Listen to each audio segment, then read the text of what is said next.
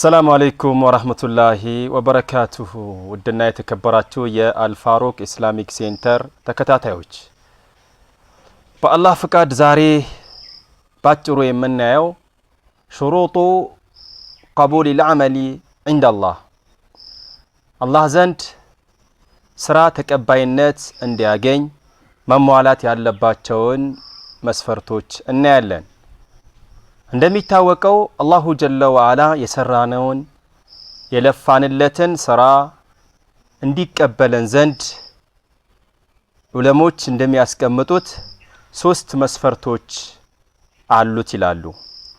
የመጀመሪያው አልኢማኑ ቢላህ በአላሁ ጀለ ወዐላ ማመን፣ አንድ ሰው የሰራው መልካም ስራ እንዲጠቅመው አላህ ዘንድ ተቀባይነት እንዲያገኝ ዘንዳ የመጀመሪያው በአላህ ያመነ መሆን አለበት ነው።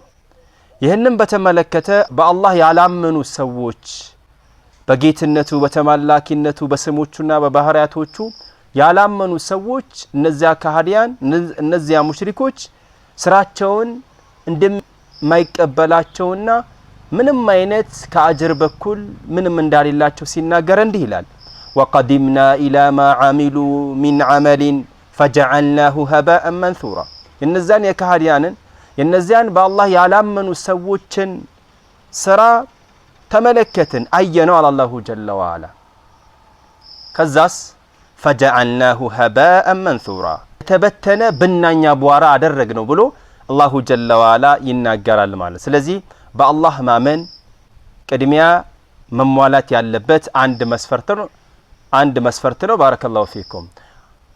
መልእክተኛው አለይሂ ሰላቱ ወሰላም ይህንን በተመለከተ ሐዲሳቸው ላይ እንዲህ ይላሉ። አንድ ሰሃባ መጥቶ በጠየቃቸው ሰዓት ካንተ ውጪ ማንንም ማልጠይቅበት የሆነን ጉዳይ ንገረኝ ብሎ ሲላቸው ምን አሉት?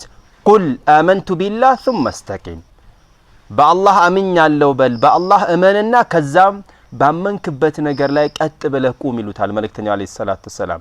ስለዚህ መጀመሪያ መሟላት ያለበት መስፈርት ምንድነው? እሱ በአላህ ማመን መቻል ይኖርብናል ማለት ነው። ሁለተኛው አልኢኽላስ ጥርት አድርጎ ለአላሁ ጀለ ወዐላ ብቻና ብቻ ኢባዳውን አምልኮን መፈጸም ነው። እንግዲህ ኢኽላስ ብሎ ማለት ምን ማለት ነው? አንድን ስራ ያለ ይውልኝና ያለ ይስሙልኝ ለአላህ ብቻ ብሎ መስራት ኢኽላስ ይባላል።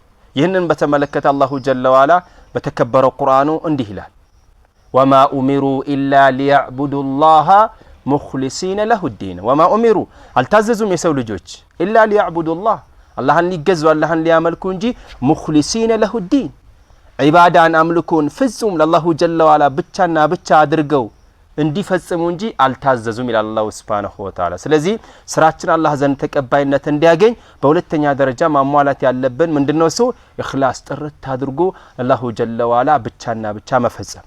በሌላ የቁርአን አንቀጽ አላሁ ሱብሓነሁ ወተዓላ ምን ይላል?